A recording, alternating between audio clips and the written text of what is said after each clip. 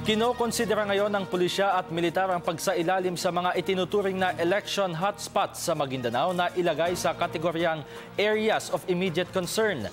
Ito ay sa harap ng nalalapit na paghahain ng Certificates of Candidacy.